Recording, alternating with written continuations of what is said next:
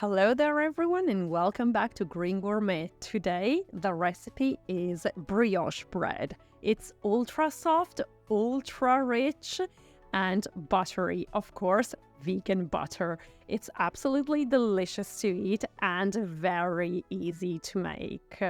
So before we go in the kitchen and make this brioche bread together, please subscribe to my channel Green Gourmet.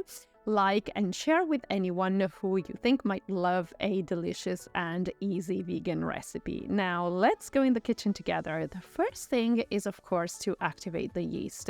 I am using fresh yeast, but even when I use the dry yeast, I like to activate it.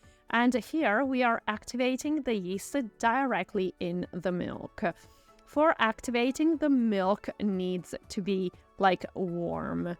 Slightly warm, not hot, because otherwise you'll completely kill the yeast and your brioche bread will never come out right.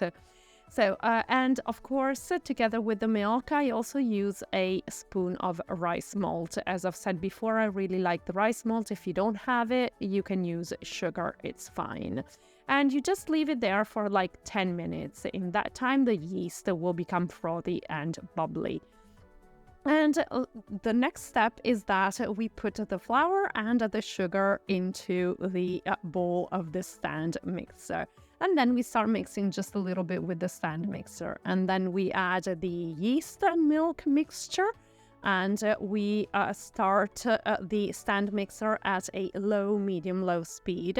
And then little by little, we also add the butter. The butter needs to be at a room temperature. So it's kind of soft. When you put your finger in it, you will leave the print in the finger.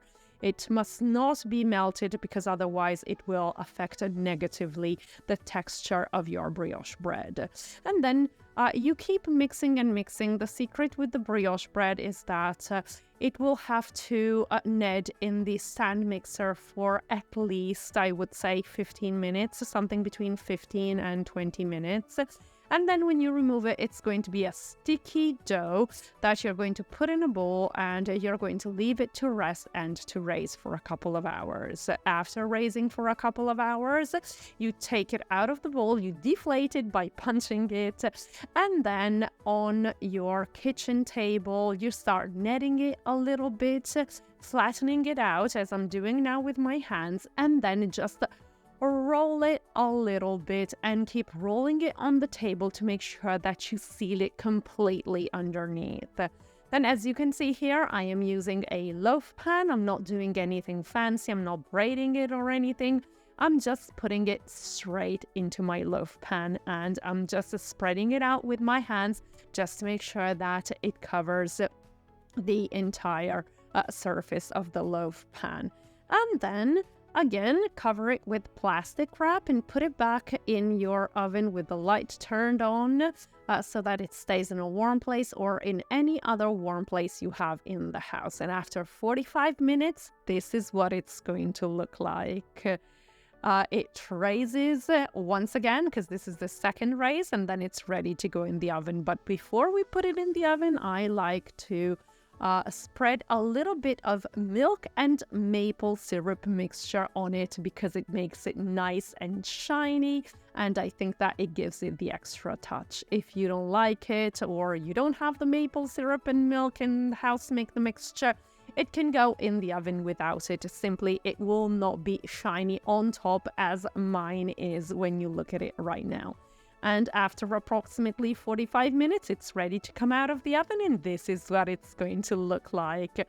It has a fabulous smell, the smell of fresh yeast and wholesome products made at home with a very few ingredients. As you can see, it is super, super soft. I'm not kind of squeezing it. I'm just pressing it slightly with my hands.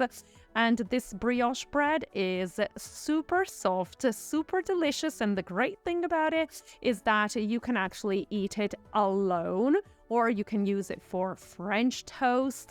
I like to eat it alone in the morning. Just maybe toast it a little bit and then eat it with the peanut butter and jam, or maybe also some almond butter, which is absolutely delicious. As you can see, I'm completely in love with it and it's totally al bacio. If you don't try it, you're missing out. I hope you like this recipe and let me know what you think about it. And if I did leave you longing for more, subscribe to my channel, Green Gourmet. And thank you very much. See you very soon on Green Gourmet for another recipe, another adventure, and a new video. Bye for now.